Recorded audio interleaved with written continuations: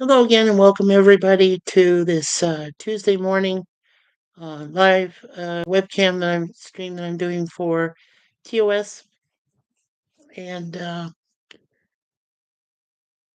it's because later on this morning, Suzanne and I are going to be attending a pancake breakfast. They usually do this every Tuesday, at least till next month, and it's a free breakfast. And we figured, I figured I might as well just do this now so I can get it out of the way, and then not have to worry about anything else later in the day.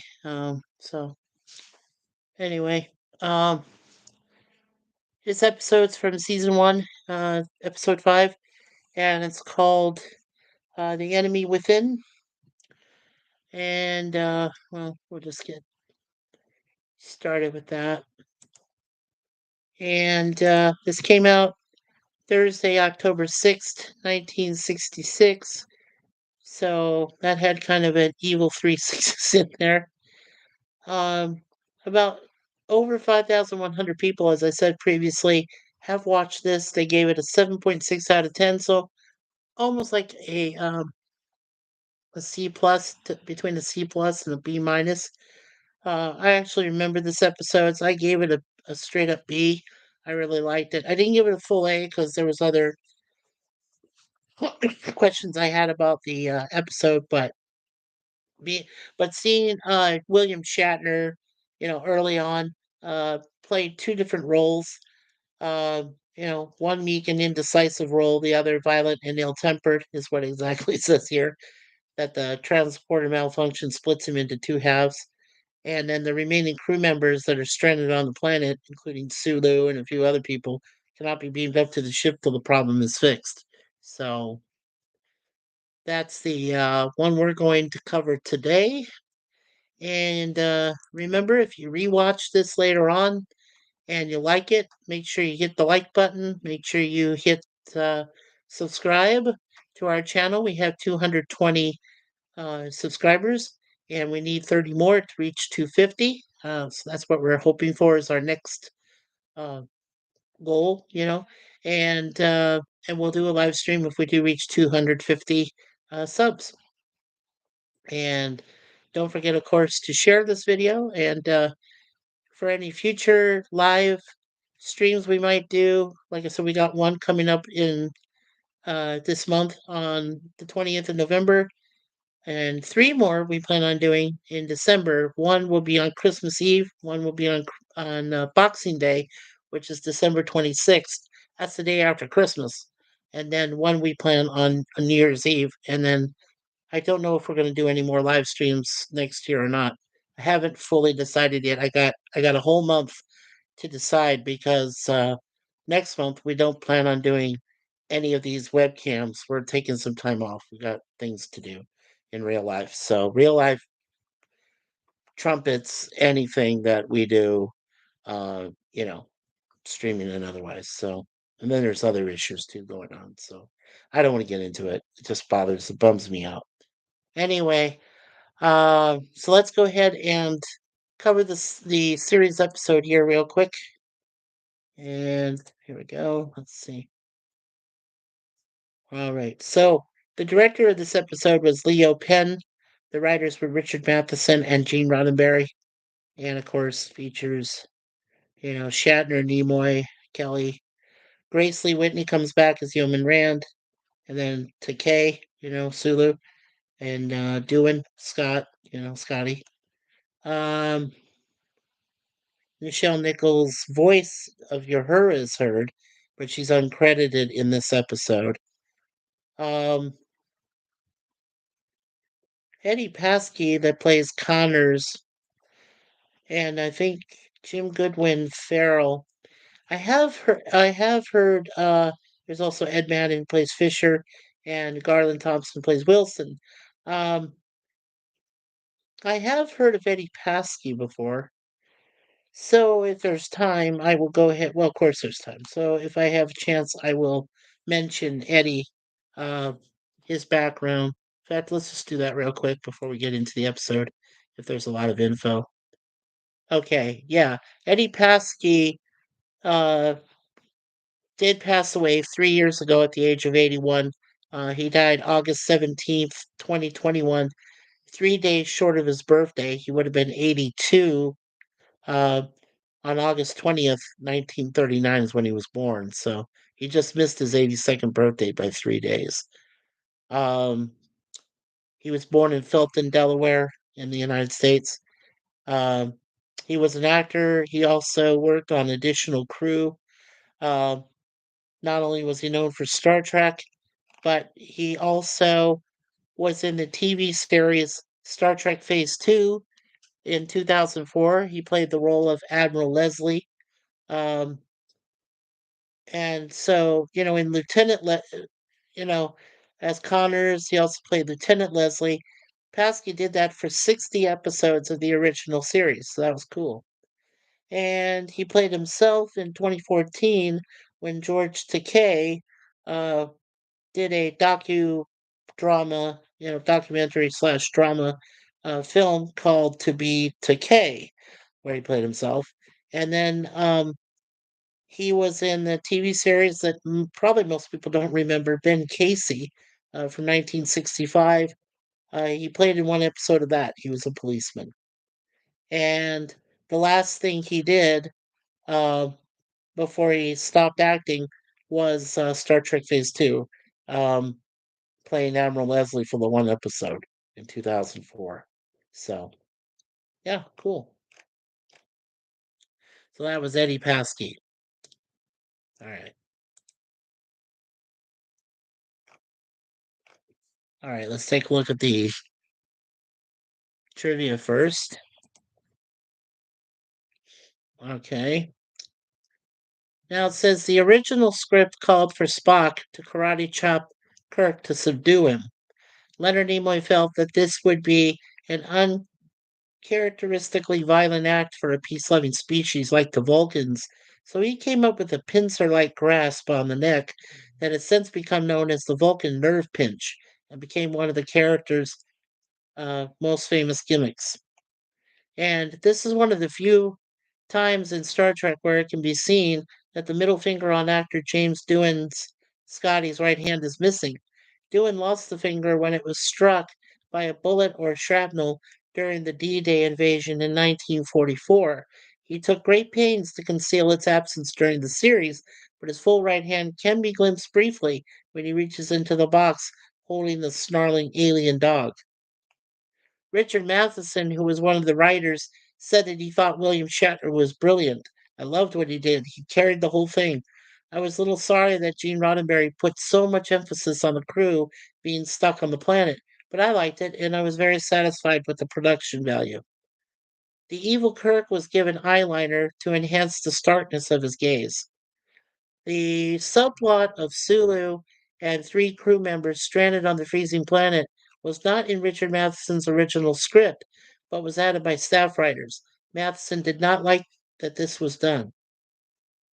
Okay.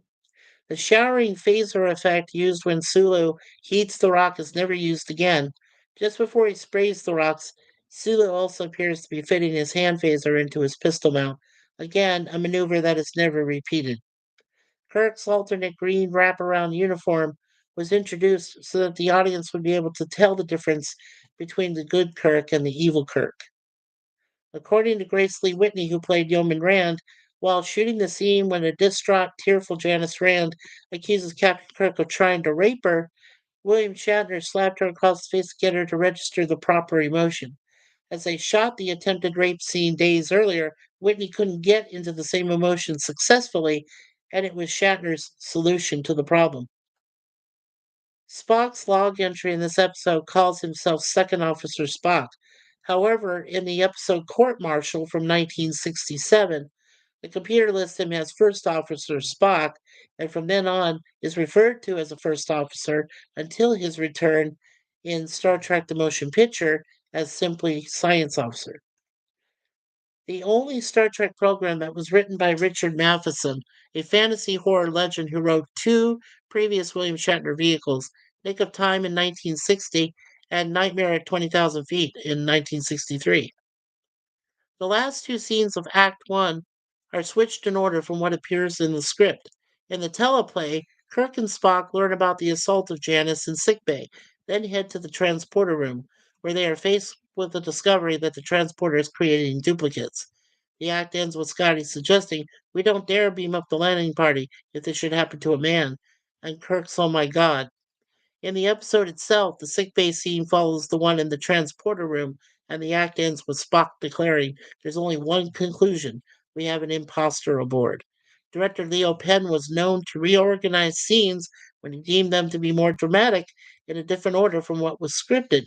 However, the reordering of the scenes gives the lie to Kirk's insistence to Rand that he had been resting in his cabin at the time of the attack. Although Nichelle Nichols does not appear in this episode, her voice is heard on the intercom in several scenes. This episode is likely the most prominent appearance of the distinctive Saurian brandy container. The bottle was actually a modified George Dickel 1964 commemorative edition powder-horn whiskey bottle. Richard Matheson's main influence on writing this episode was Dr. Jekyll and Mr. Hyde, as he envisioned the story put in a science fiction context. He eventually came up with the idea of the transporter causing a man to be split into two halves. The dog like creature that first Sulu and later Kirk hold was given a sedative about an hour before those scenes were filmed. The aggressive version was obtained by starving it for 24 hours and then prodded with a stick to get the reaction required.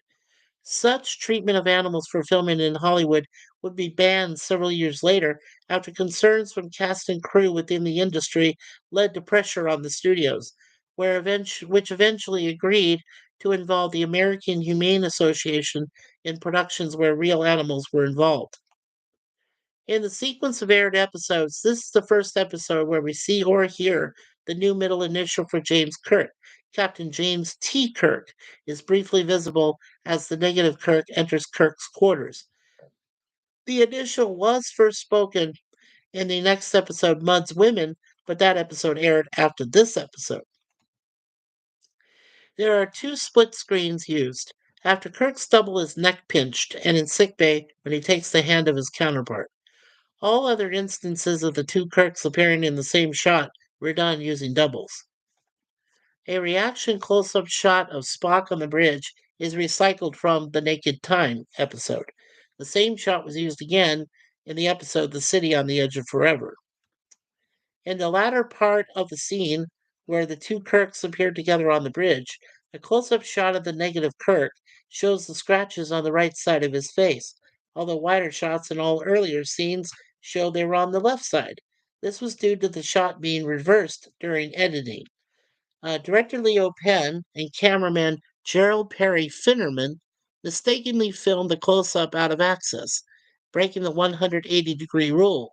And editor Fabian D. Tordman uh, could only help by reversing it, hoping the audience won't notice the resulting continuity error.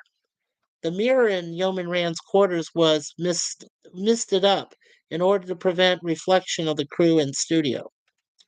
The first season version of the captain's wraparound tunic was created for this episode, with the original purpose of differentiating Kirk from his double. It reappears in Charlie X and Court Martial and in Kirk's briefcase in This Side of Paradise. The tunic was constructed of wool crepe fabric, in contrast to the velour of the standard duty tunics. James Doohan stated that he thought William Shatner's performance in this episode was pretty okay. This episode actually precedes the episode which aired the previous week, The Naked Time, based on the star dates used. That episode is dated stardate 1704, while this episode is dated stardate 1672. Petroleum jelly was applied to William Shatner's face when the evil Kirk beamed into the transporter room to give an aggressive look. Director Leo Penn is the father of actors Sean Penn and Chris Penn. Well, that's cool. This episode marks the first time on screen that Kirk is duplicated in some form or fashion. This repeats again through What Are Little Girls Made Of, Whom Gods Destroy, and Star Trek VI The Undiscovered Country. Leo Penn praised Shatner's performance, William Shatner is a very good actor and gave a very good performance. I had a good time on that show. This was the first episode in production order to feature the Vulcan nerve pinch. The episode, which aired the previous week, The Naked Time, was filmed afterward. The unit that the evil Kirk accidentally phasers in engineering was recycled as the housing for the main circulating pump for the PXK Pergium reactor in The Devil in the Dark. Unable to beam up Lieutenant Sulu in this episode, the transporter was a plot device intended to eliminate the pacing and production problems involved in depicting the ship landing and taking off all the time. Budgetary constraints on effects were also a consideration. The first landing of a starship would not occur until Star Trek Voyager, uh, 1995, the 37's 1995 episode, broadcast August 28th, 1995. In this episode, we get to follow Kirk behind the large engine room machinery components in the first trip to the engineering deck, which dialogue identifies as being in the lowest parts of the ship. To allow this to happen, the new set had to be temporarily expanded to hide the soundstage beyond it. After the double is rendered unconscious by the first neck pitch in the series, the quickly assembled wall behind the three characters can be observed to have a very rough edge where it meets the floor. Pieces of sets that were designed to be added and subtracted easily were called wild. Although Kirk pursues Ben Finney into these components in the court martial episode, this is the only time we get to see the space behind them. The view of the tubed structures behind the grill was a forced perspective set. The tubed machinery appears to be many dozens of meters long, but this is an illusion created by making each vertical piece, much smaller than the one in front of it. Diminishing numbers were later printed on the tubes immediately behind the grid to add to the illusion. In episodes where the engines were under stress, lighting effects were used inside the tubed machinery room. The set was extensively remodeled between the first and second seasons. The sensor device used by Scott to scan the ore on Fisher's uniform appears to be a modified nuclear Chicago model 2586 Cutie Pie radiation detector. This Feinberger appeared in The Naked Time, The Doomsday Machine, and Obsession. The gauzy red bordered triangular set piece behind which the evil Kirk emerges briefly in engineering during the hunt scene appears to have been left over from the early briefing room as seen in The Cage and Where No Man Has Gone Before. There is no explanation as to why the Enterprise's shuttlecraft could not be used to transport Sulu and the other stranded crewmen aboard the ship. In terms of production, the concept of the Enterprise carrying smaller shuttlecraft had not yet been introduced to the show. The actual answer, though, is clear and fairly obvious. If watched in chronological order, this is the series' fifth episode. The shuttlecraft weren't introduced until episode 16.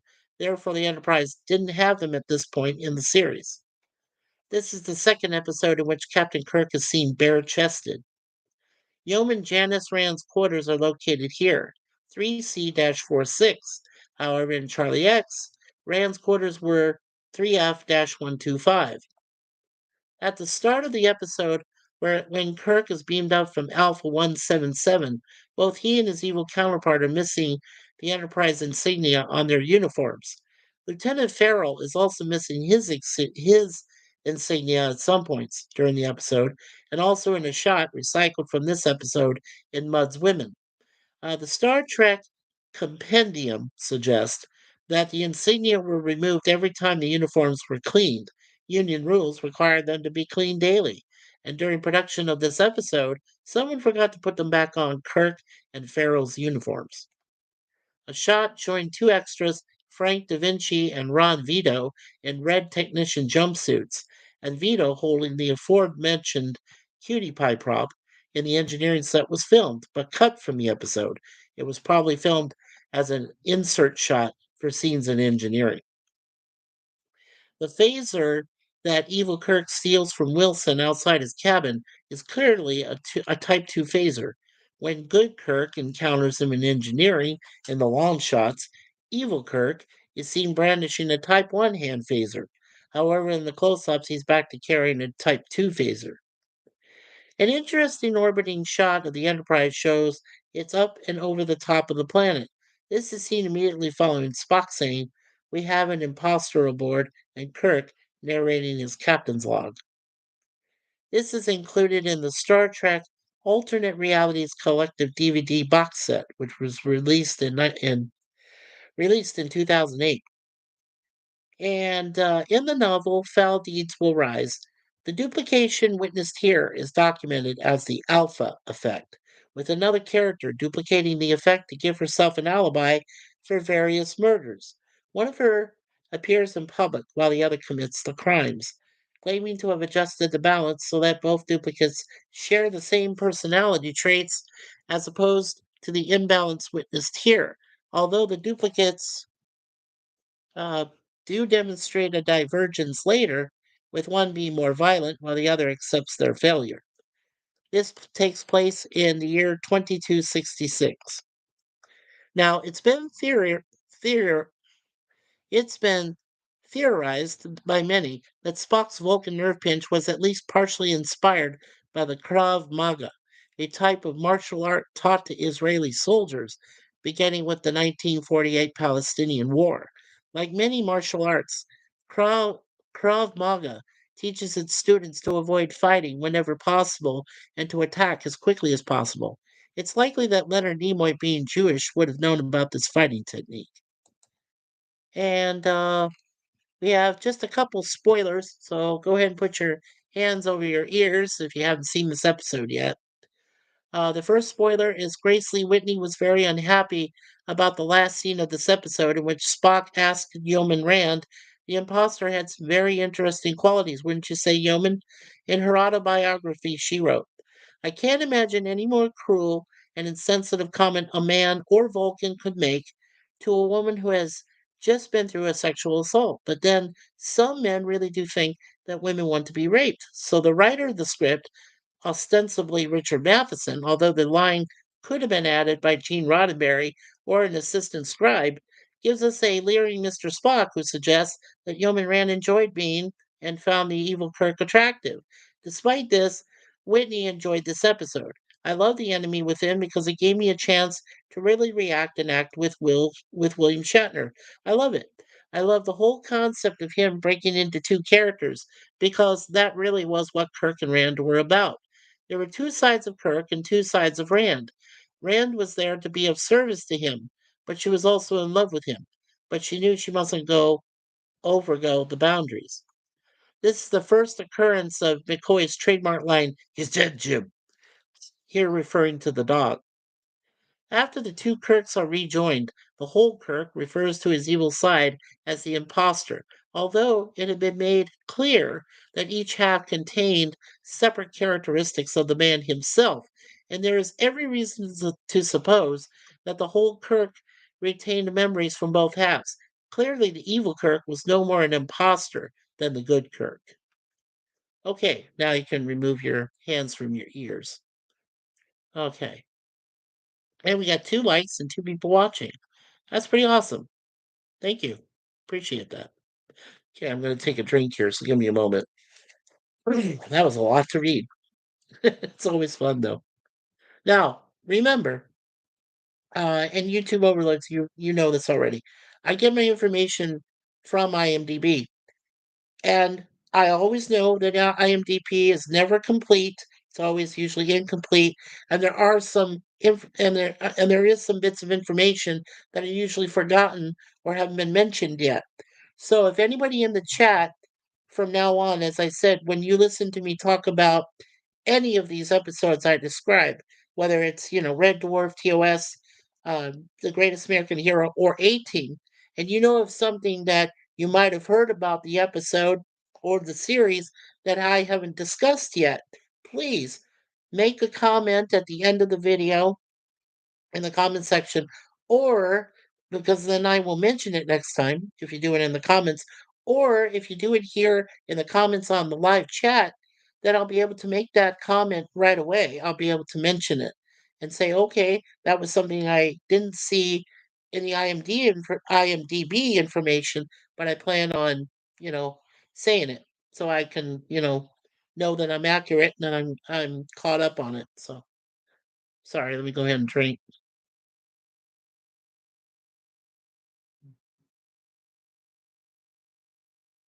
Oh, just regular juice.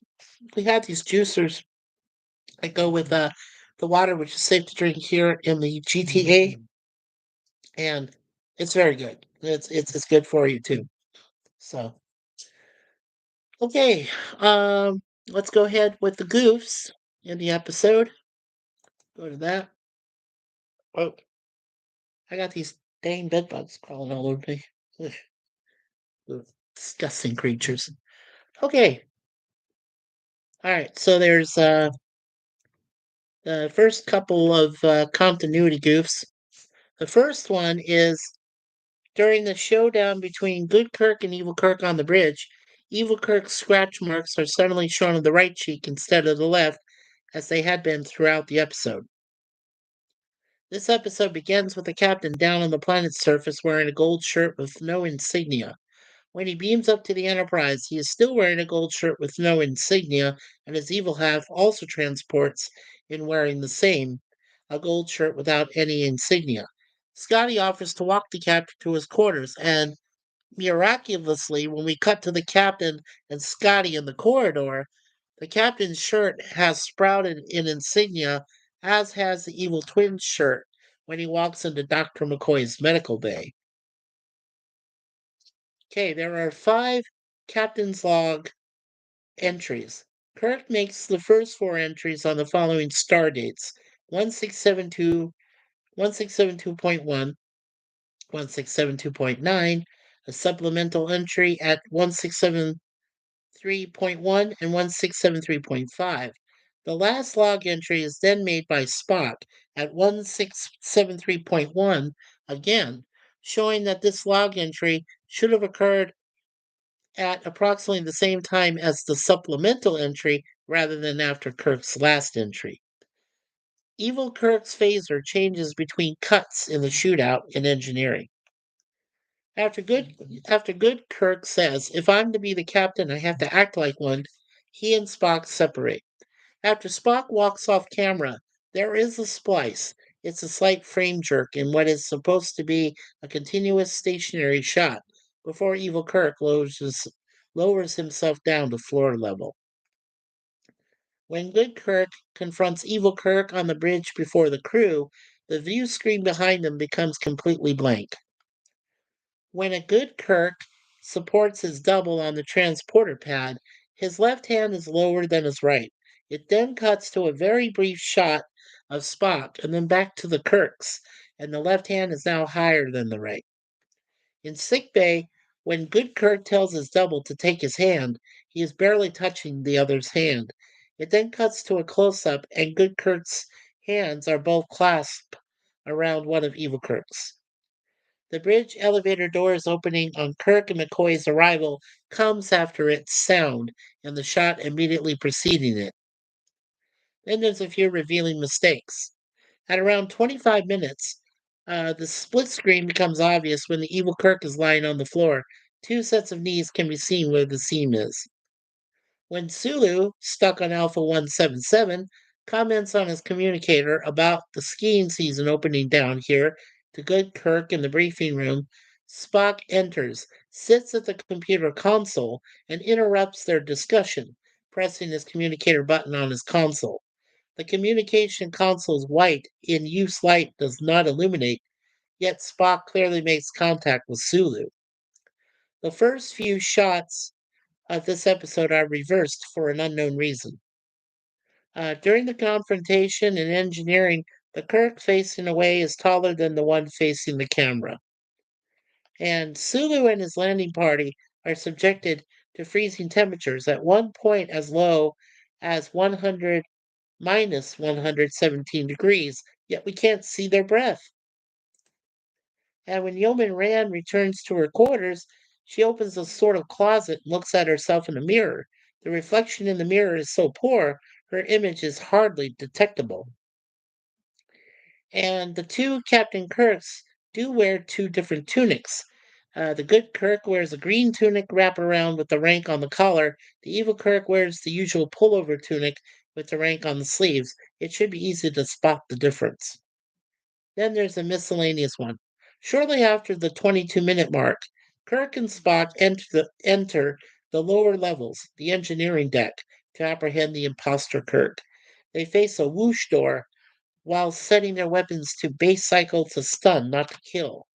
They walk forward and enter the chamber in front of them as seen in the following shot, but no characteristic whoosh sound is heard to signify a door opening. Then there's an anachronism. There's nearly a There is a nearly 6-second interval of suspenseful silence after the two halves of the alien dog are transported away.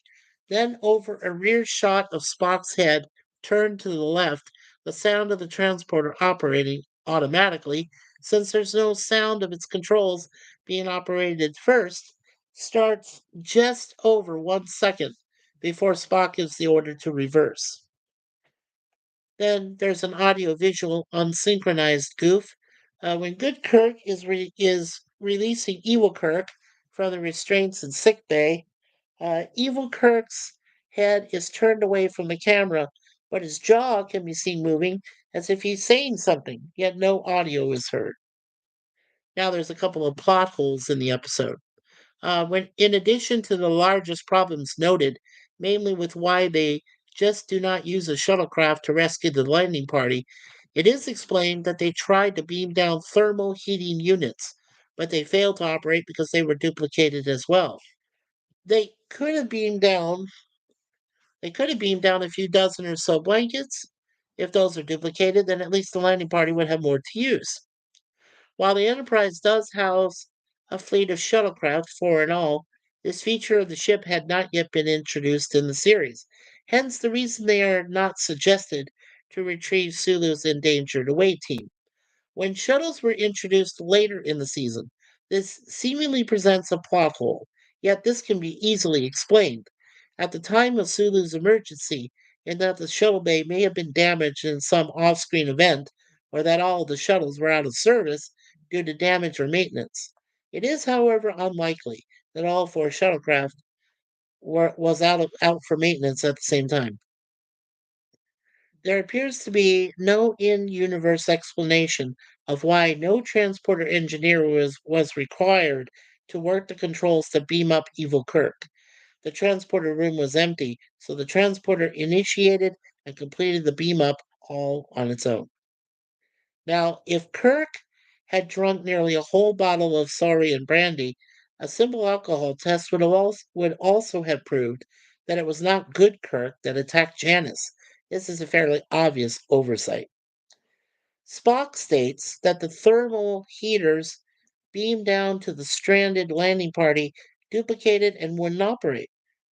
Since the transporter splits objects and people into two opposite parts, there should have been two of every heater they beamed down.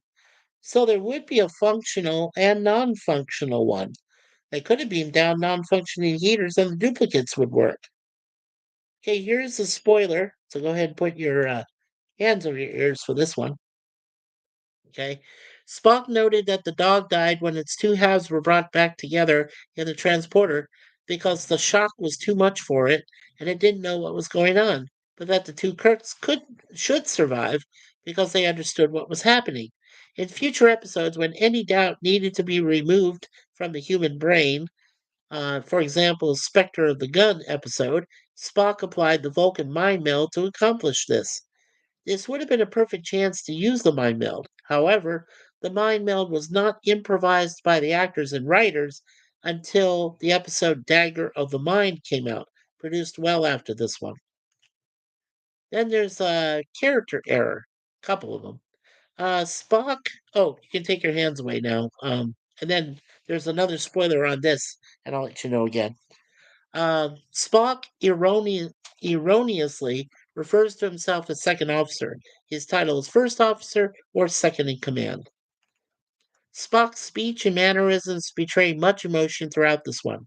Apparently, Leonard Nimoy had not yet perfected his way of performing the character.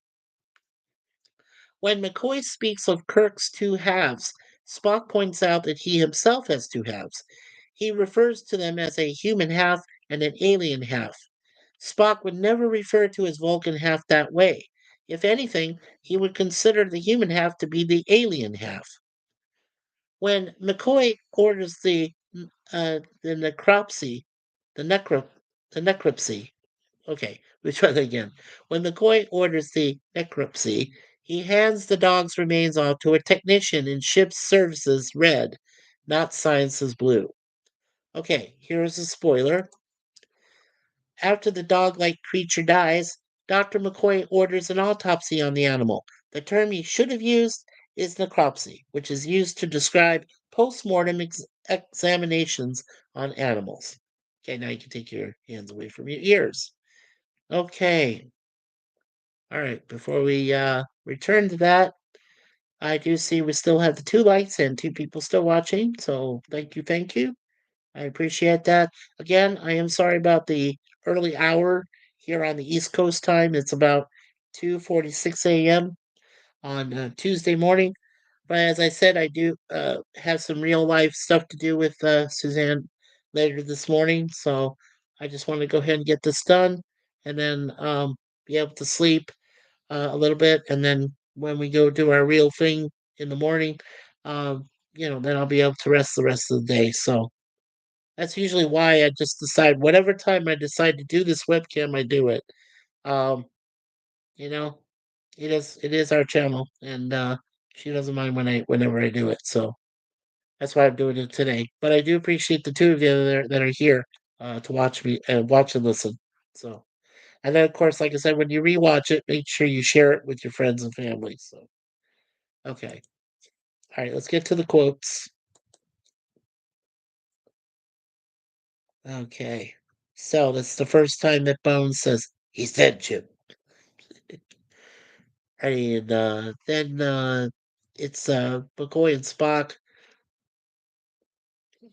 He says, "Jim, you can't risk your life on a theory." Being split in two halves is no theory with me, Doctor.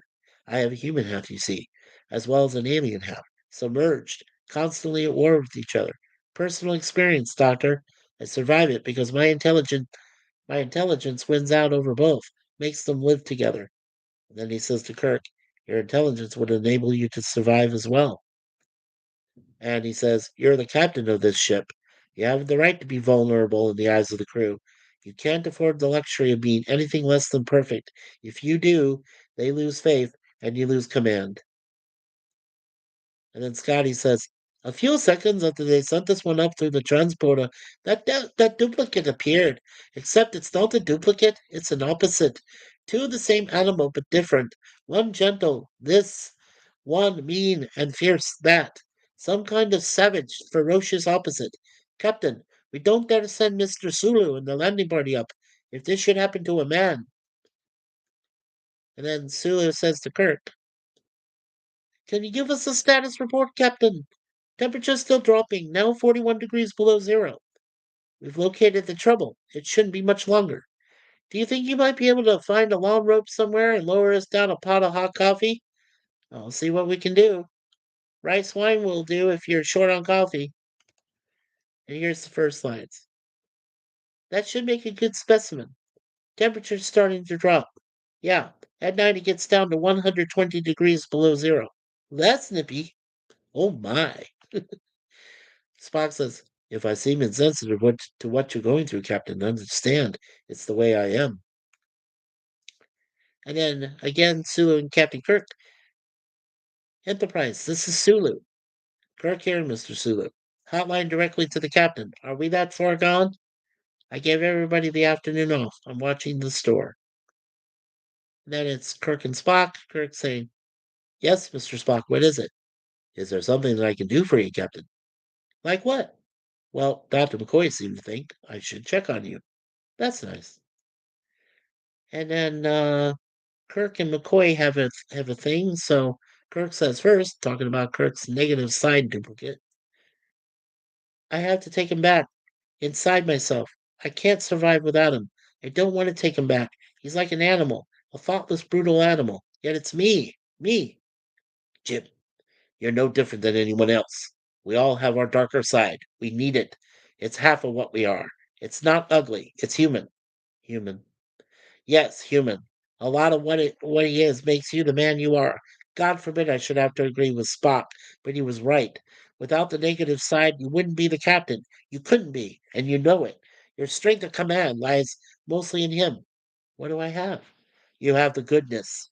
Not enough. I have a ship to command. The intelligence, the logic. It appears they're half-assed most of that, and perhaps that's where man's essential courage comes from. For you see, he was afraid, and you weren't. And then Kirk and Spock and McCoy talk. So Kirk goes first. What's the matter with me? Judging from my observations, Captain, you're rapidly losing the power of decision. You have a point, Spock. Yes, always, Doctor. We have here an unusual opportunity to appraise the human mind, or to examine, in Earth terms, the roles of good and evil in a man, his negative side, which you call hostility, lust, violence, and his positive side, which Earth people express as compassion, love, tenderness. It's the captain's guts you're analyzing. Are you aware of that, Spock? Yes. And what is it that makes one man an exceptional leader? We see indications that it is his negative side which makes him strong. That his evil side, if you will, properly controlled and disciplined, is vital to his strength. To Kirk, he says, your negative side removed from you. The power of command begins to elude you. What is your point, Mr. Spock? If your power of command continues to weaken, you'll soon be unable to function as captain. You must be prepared for that. Sulu says a couple of times, I think we ought to give room service another call. That coffee's taking too long. And he says, we're using hand phasers to heat the rocks. One phaser quit on us. Three's still operating. Any possibility of getting us back aboard before the skiing season opens down here? And then Kirk says, help me. Somebody. Make the decision. Are you are you relinquishing your command, Captain? No, no, I'm not. Well, then we can't help you, Jim. The decision is yours. Uh, all hand phasers must be set on base cycle. Stunning force. The imposter is not to be injured. Use minimum force. And then Wilson and Fisher talk, and Wilson says, what happened? I took a flop. On the what? I don't know. Some kind of yellow ore. It might profit you to let Dr. McCoy give you the once over. All right, engineer, I'll have my engines looked to. The imposter had some interesting qualities, wouldn't you say, Yeoman? And the last line from Kirk, navigator, setting course correction, helmsman, steady as she goes. The imposter's back where he belongs. Let's forget him. Very cool.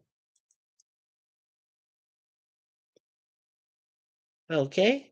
And of course, the theme from Star Trek, which is written by and credited to Alexander Courage. So they still use that original soundtrack. Okay. And of course, the filming location, as always, is at Desilu Studios in Culver City, California. And the filming dates were from June 14th, 1966 to June 22nd, 1966. Those were the days that they filmed them. And I already did do, um, the biography, the brief biography on Eddie Paskey, who passed away a couple years ago. Okay. Alrighty. So next Tuesday on our list, which will be the final week of our weekly webcam series until next year. Uh, the episode we'll be covering on Tuesday, that next Tuesday, will be one of my favorites. Season 1, Episode 6, Mud's Women. And I have to say that Roger C. Carmel is one of my all-time favorite Star Trek uh, actors that played hardcore Harcourt Fenton Mudd. And of course, my favorite episode of the entire TOS series all 3 years is I Mud. I just love that I love that episode. It's my all-time favorite. I enjoy it. The androids, what the, crew some of the crew have to do in order to, beat them, to stump them, make them malfunction, and then, of course, so classic what Mud and Kirk do together to stop the main android, Norman. Classic. Just awesome. So but you get a first glimpse at Mud's treachery when he brings the women aboard um, on the next episode that we're covering next Tuesday. And that's awesome. So, and like I said, most of the persons that have seen this episode and rated it gave it like somewhere between a C plus and a B minus. I just went ahead and gave it a straight B. So, like, 4 out of 5 stars. And I think it's a very good episode. Not a great one, but I do enjoy the fact that William Shatner was able to split himself into two different types of personalities, and it, for some reason the episode works and does it that way. And when you see the dog die, it is kind of very sad because it's even though it's an alien dog, um, you know that it couldn't handle the refusion of the halves that it was split into, the aggressive and the meek half. Thank God that, or thank goodness that Jim Kirk was able to merge himself back and survive. So yeah, very cool, very cool. Okay, let's go ahead and also talk about just quickly the two episodes we're going to do tomorrow for TGAH, or the Greatest American Hero. So let me let you know what those episode titles are for tomorrow. There we go. Okay, so I believe, let's see here. I know we're still on season 2, but we're almost into season 3. I just want to see what we have tomorrow for that. Okay, so the episodes we're doing tomorrow is episode 19 of season 2 and episode 20. Episode 19 is called The Good Samaritan, and the uh, next one is called Captain Bellybuster and the Speed Factory, and that is a top-rated episode. Um, and both of these, the one came out March 31st of 1982, and the second one came out April 7th of 1982. They're actually pretty good episodes, but the one I really like of the two is the Captain Belly Buster episode. So, and there is a great actor. I don't know if he's still around, but he plays Captain Belly Buster in that episode. So we'll find out if he's alive or if he did pass um, tomorrow. I believe his first name is Chuck. I can never remember his last name, so we'll have to check that tomorrow when we do those two episodes. So, okay, all righty. So before I'll go ahead and finish with our quick prayer this evening, and then the finality, I do want to mention something very important.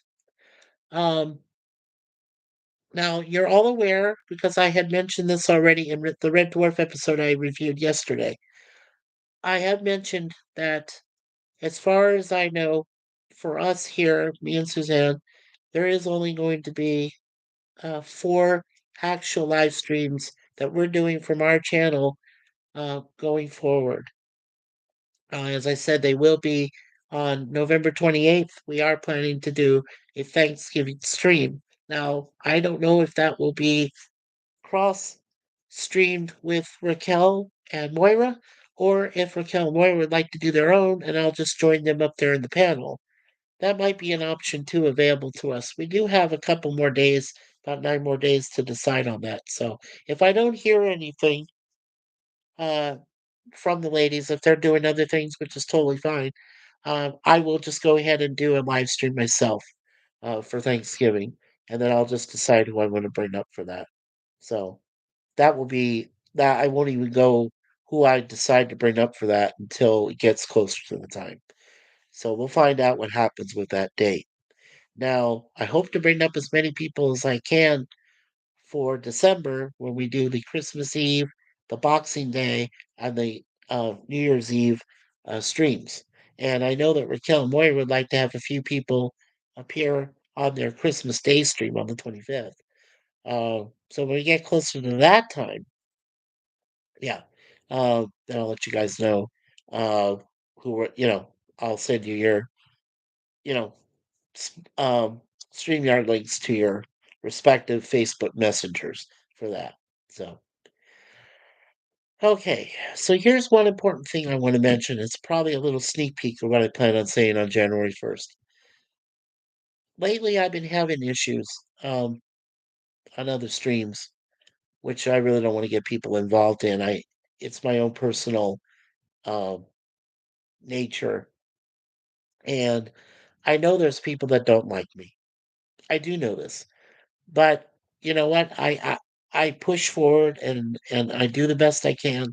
And Suzanne, supports me 1,000,000 infinity% on whatever decisions I make.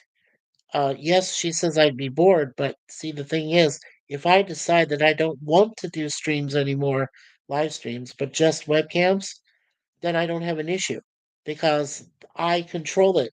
I have the control of what I'm doing like this and giving information, which is nice for people who want to go see these series if they want to go see them, if they're available on YouTube or some other streaming service. That is a decision I may decide to make, but I haven't made it yet. I still have plenty of time, I feel, from now until the very end of the year to decide if that's what I plan on doing with this channel. Because if I do make the wrong decision, it is going to haunt me for the rest of the time that I plan on doing these. And maybe at one point I just decide I won't do it anymore and I'll shut down the entire channel. And then who knows, from that point. All I can say is that I have not been happy lately with the way things have gone, and I feel like my presence isn't required on certain streams anymore. I don't feel like I belong anymore. There's a lot of changes going on. I'm not sure what they are. And I just want to say um, that because I do, because we do, sorry, because we do have so many subs. I mean, 220 subs is pretty darn good. I think that's really good to start. I know that our channel together has been here for 7 years now as of November 10th of 2017 is when we started it, and I know we've had it for that long. And I feel like 2025 does look to be positive, but I also think that if I don't see, well, what I'm trying to say is if I don't see any changes between now and the end of the year for what I'm hoping for, as far as still being able to keep the community and the family together, then I may just not do live streams anymore. I mean, I'll still keep my thing, you know, for whatever reason, but then again, if I don't do live streams anymore, then I'll just get rid of it. I'll just get rid of StreamYard completely. But as I said, that is a thought that's in my head, but not quite there because I wanted to give myself time to relax, to really think about it, see what's going to happen. And there was one idea I had, and that was about maybe doing a live stream, just doing live streams, I should say, just for the holidays for next year. So when I find out when a holiday falls, I would probably be able to do that. Now, um, when it comes to the Star Trek fan films that I think I'm planning to do with Jim, I'm just going to go ahead and tell him, look, Jim, if you want to do those uh, fan films and review them with me, let's do it from your stream. I don't want to do it on my own stream. So, if he's willing to do that, we can do that. Uh, we would plan that for every other Friday. So, like, say, one Friday we would do it just before uh, Gorilla's Walton stream, which I hope to continue if at all possible. On Friday nights. That's probably the one stream I care to do. The other one I like doing is, like I said, with Charlotte Nightstar the Werewolf, where I do watch parties that we, do commentary on, along with watching, with Curtis Selby and with Johnny and with Charlotte. Also with Kimmy KIB. So, yeah, I mean, and Accounting Cheap, and of course Scarlett, her daughter. Yeah, it's a lot of fun. Saturdays and Sundays, the afternoons that I do it with them, it's really fun. It's a lot of fun. But like I said, right now she's got some real life going on and she needs that time to be with her family, and we totally understood. So we said, okay, we'll just wait a couple weeks, and then when you're ready to come back and do the shows, she'll do them. And from what I saw from her channel, we will still be doing the thing as a watch party slash commentary on December 7th and 8th, which is a Saturday and Sunday, the first weekend in December. So that's fine. That's fine. Um, Otherwise, I guess 2 likes, 2 people watching. Thank you. Again, still, thank you. Okay, so I don't have anything more to say. As I said, lastly, December 1st, we will be celebrating our girl Deja Vu, her 4th birthday. And we'll also talk to you folks about our polls and let you know what the winning answers were for the polls, which at this point looks like we will be trying to find a space for mystery shows, like In Search of, uh, you know, Fact or Fiction, Beyond.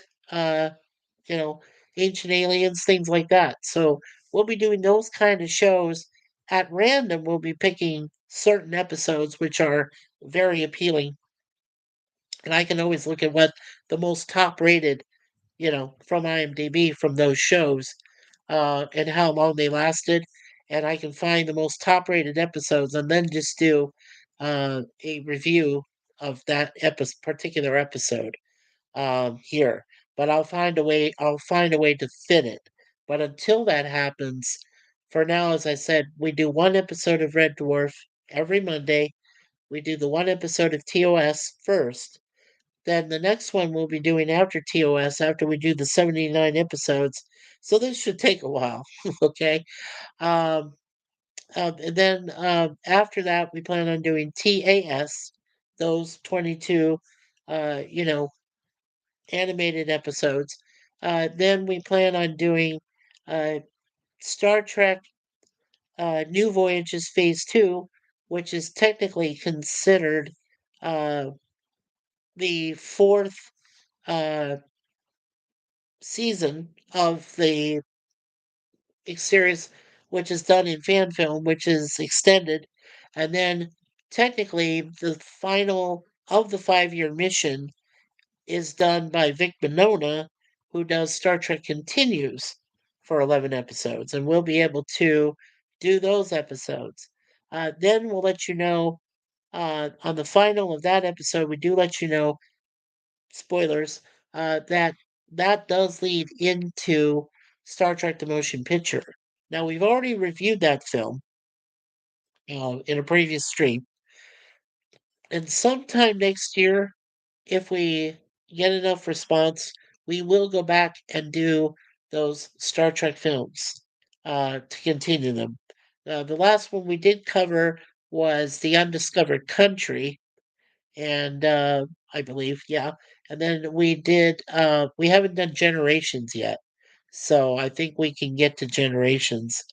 And then after that, of course, is First Contact, the new one with TNG cast. So yeah, we plan on doing that. So, but that'll be in the future.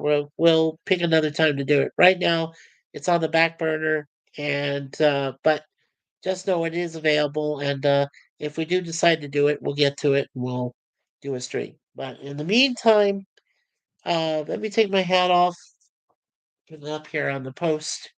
I need to take a drink because my voice is starting to go out. And I want to do a real quick prayer here. So,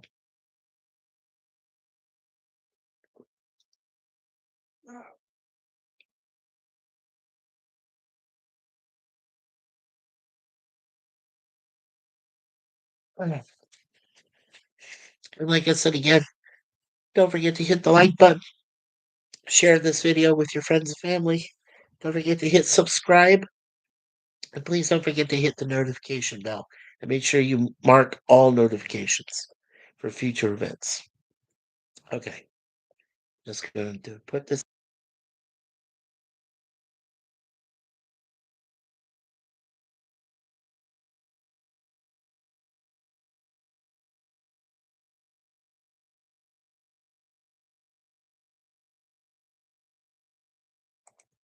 Okay, welcome back.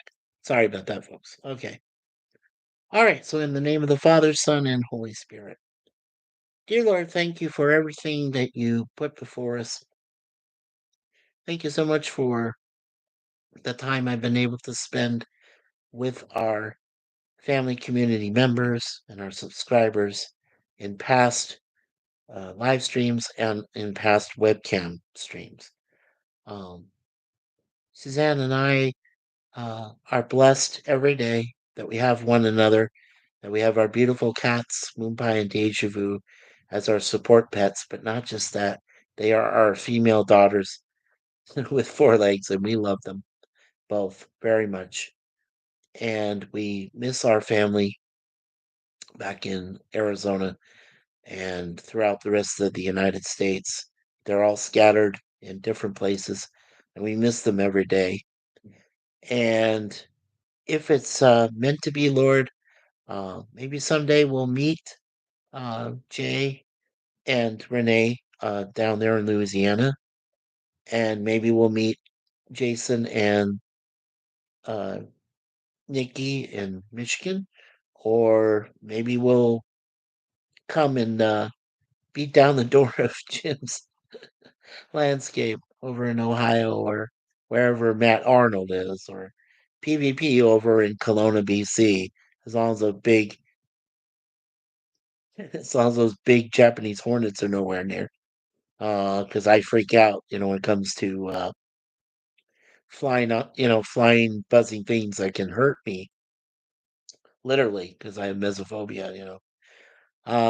But dear Lord, please watch over both countries, especially during this very trying time. Uh, Watch over everything that happens in the United States. Please watch over everything that happens also here in Canada, involving all the political ramifications and things that are happening as each day comes closer uh, to the one who goes in charge down there, the one who goes in charge up here next year. So, with all this, Lord, we ask not only your help, of course, in all things, and we leave it in your hands, God, but also we ask for your blessed Son, Jesus Christ, to allow us to be Christian like, to be Christ like, and to respect all persons of any race, creed, or religion, or sex, or whatever. And also, we ask, Lord, that your blessed Holy Spirit gives us the courage and the wisdom to know the difference between good and evil every single day, and as well as your blessed, most blessed Virgin Mary, who can provide us with the love, compassion, and support for those in need and for those that just need um, a welcoming word or a welcoming gesture. So, for all this, we ask in your Lord we pray, and also our patron saints. Saint Suzanne, pray for us, and Saint Michael the Archangel, defender of heaven, pray for us. Amen and amen. Father, Son, Holy Spirit. Okay. All right. So All right. So tomorrow, Wednesday, sometime Wednesday, we'll go ahead and do our next two episodes. As I said, season two, episodes 19 and 20 of The Greatest American Hero, which of course was a great series, but it preceded the best series I've ever seen from the entire 1980s and beyond. Of course, that is the A Team. And we'll be doing the same number of episodes, same season, which is still going on Thursday. So look forward to that, folks. In the meantime, as Gene Siskel would say, the aisle's now closed. So thank you everyone for being here tonight. Really appreciate you. Make sure you let your friends and neighbors and family and acquaintances know that this channel is out there, that we hope to provide you, me and Suzanne hope to provide you folks with the best possible content, the best possible information you need on future pop culture, movies, series, and what have you. So take care, everyone. Remember, peace from MikeySuzeFour, and remember, take care of yourselves and love one another, and God bless you all, and God bless the United States of America, and God bless Canada, and remember, always be yourself. See how I threw that in. Take care. Thanks, Larry. Appreciate that. Take care, everyone. We'll see you soon.